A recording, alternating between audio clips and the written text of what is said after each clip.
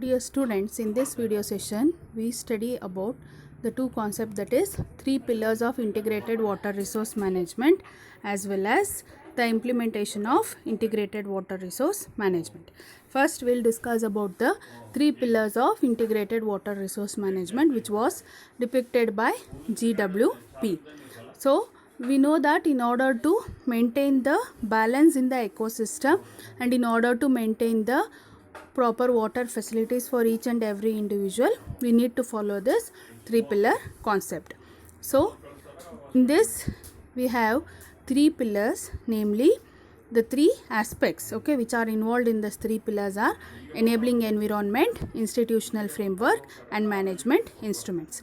So in order to have a balance between water for livelihoods and water as a resource, we need to go for this three pillar concept, which means to say, in order to provide the proper water facility depending upon the people living in a particular watershed or a river basin, we need to go for the integrated water resource management. So this balance will be maintained only if there is a balance between the availability of the water as well as the number of people living in a particular area. So this can be achieved through this three pillar concept. So for this three pillar concept, in order to maintain the equality, in order to maintain the economic efficiency and also in order to manage the environmental sustainability, the three pillar concept is very essential. In this we have the first one is called as the enabling environment, where we have certain set of policies and legislations which are to be followed, and the second one is institutional framework. Here we have different institutes which are involved, or the organizations which are involved in the integrated water resource management, that is central to local level, river basin level, the private or the public sectors. The third one is management instruments. So here we have three different basic types, that is assessment, information and allocation instruments. So we will see one by one what are these three different pillars.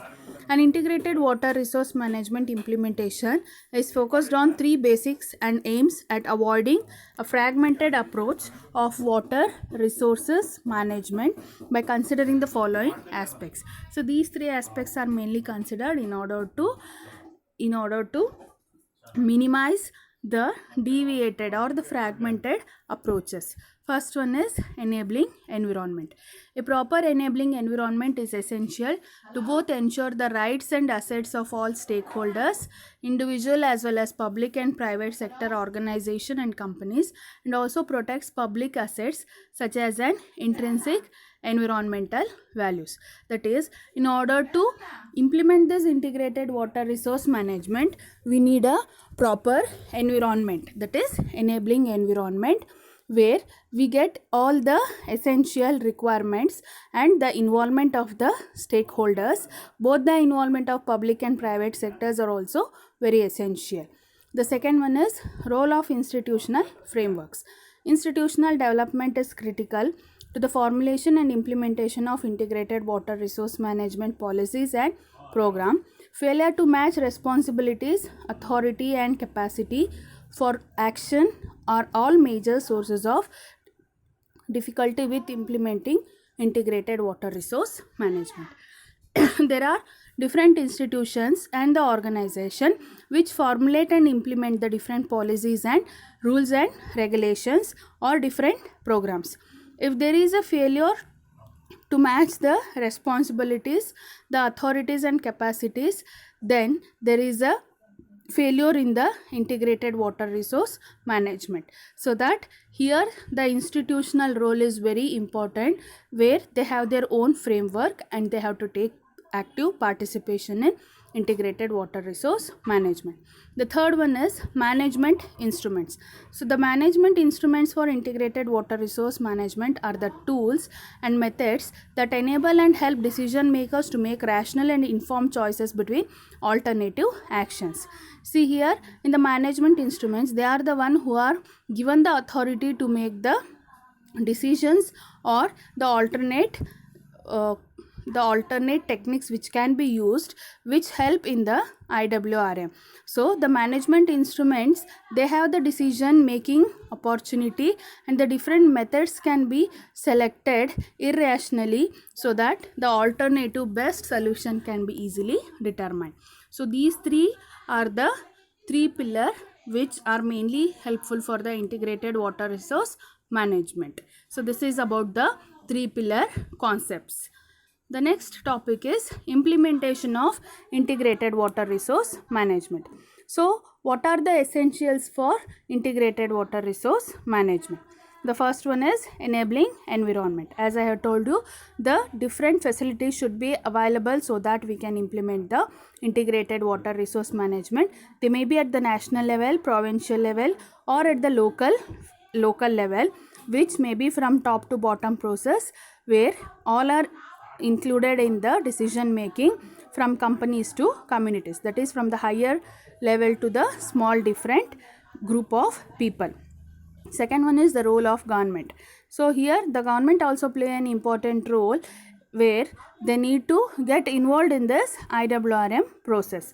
So here they include enabler, controller, regulator, service provider, implementation of public sector, government and private sector, water, markets.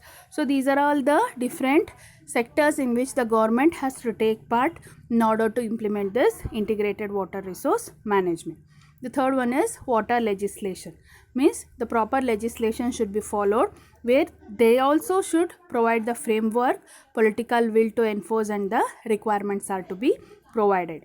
Fourth one is cross-sectoral and upstream downstream dialogue, where allocation, coordination and implementation of the water resource management has to be done. So upstream side, we need to allocate the water for the people, as well as the downstream side we need to allocate, coordinate and implement the proper techniques.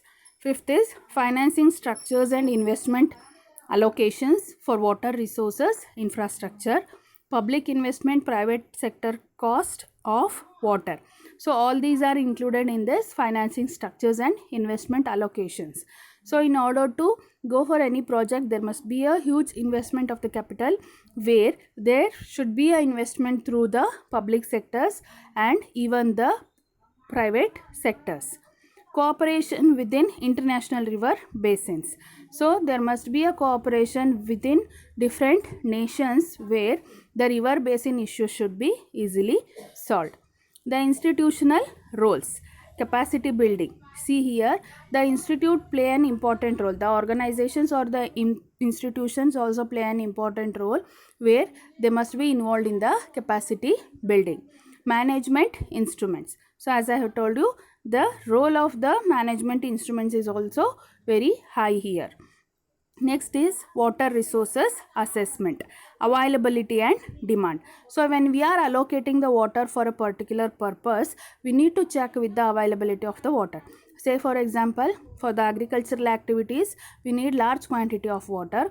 So before providing the water for the farmers, we need to check with the available water resource, and then we need to allocate the water for them. So here the availability and the demand has to be checked properly. Communication and information system. So the new technology should also be used in this IWRM process, where we need to get the proper information, as well as the communication has to be in a proper manner. The next 12th one is water allocation and conflict resolution. So without having any conflicts between the each individual, we need to give the proper water facilities, or the allocation of the water should be carried out. Say for example, if we provide the water for the industries, we should also take care of the different sectors, such as the irrigation, the domestic, the power generation and many other things. So in this way, we should not get the conflicts between the different sectors in such a way that we need to plan, and then we need to go for the integrated water resource management. The last one is regulatory and economic instruments, direct control, self-regulation. So the economy should also be checked before we go for the planning, and the direct control should also be there by each and every individual, and the self-regulation system should also be followed.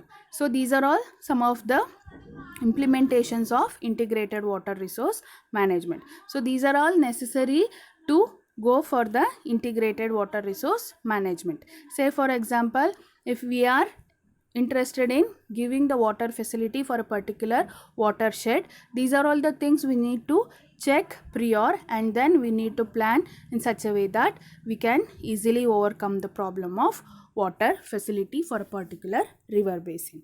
So this is all about the three pillar concept as well as the implementation of integrated water resource management.